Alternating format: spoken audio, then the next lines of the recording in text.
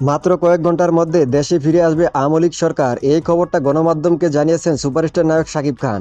Superstar নায়ক শাকিব খান একটি ছবির shooting শেষ করে গণমাধ্যমের মুখোমুখি হন। সিনেমার শুটিংয়ে বিভিন্ন প্রশ্ন করেন গণমাধ্যম কর্মীরা। এরপর গণমাধ্যম কর্মীরা জানতে চান দেশের বর্তমান পরিস্থিতি নিয়ে।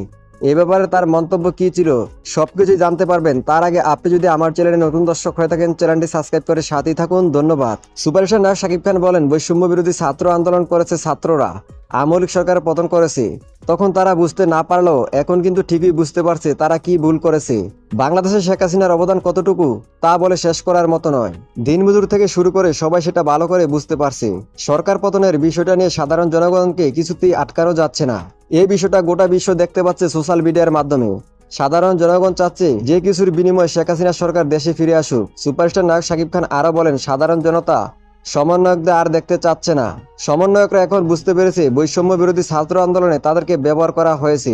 এখন সমন্বয়করাও চাচ্ছে শেখ হাসিনা সরকার দেশে ফিরে আসুক। আর এই বিষয়টা নিয়ে আমিও একটি বিশ্বস্ত সোর্স থেকে জানতে পেরেছি আগামী কয়েক ঘন্টার মধ্যে শেখ হাসিনা সরকার দেশে ফিরে আসবে। যদিও সেটা তার ইচ্ছা না আসে, ছাত্র জনতা চাইলে যেভাবে তাকে চেয়ার থেকে নামিয়েছিল ঠিক সেইভাবে তাকে আবার চেয়ারে বসিয়ে দিতে পারে। আর এই কাজটা করার জন্য বেশি সময় প্রয়োজন নেই। তো বন্ধুরা, সুপারস্টার নায়ক শাকিব খান যেটা চাচ্ছে আপনিও কি সেটা চাচ্ছেন? কমেন্টে জানাতে পারেন।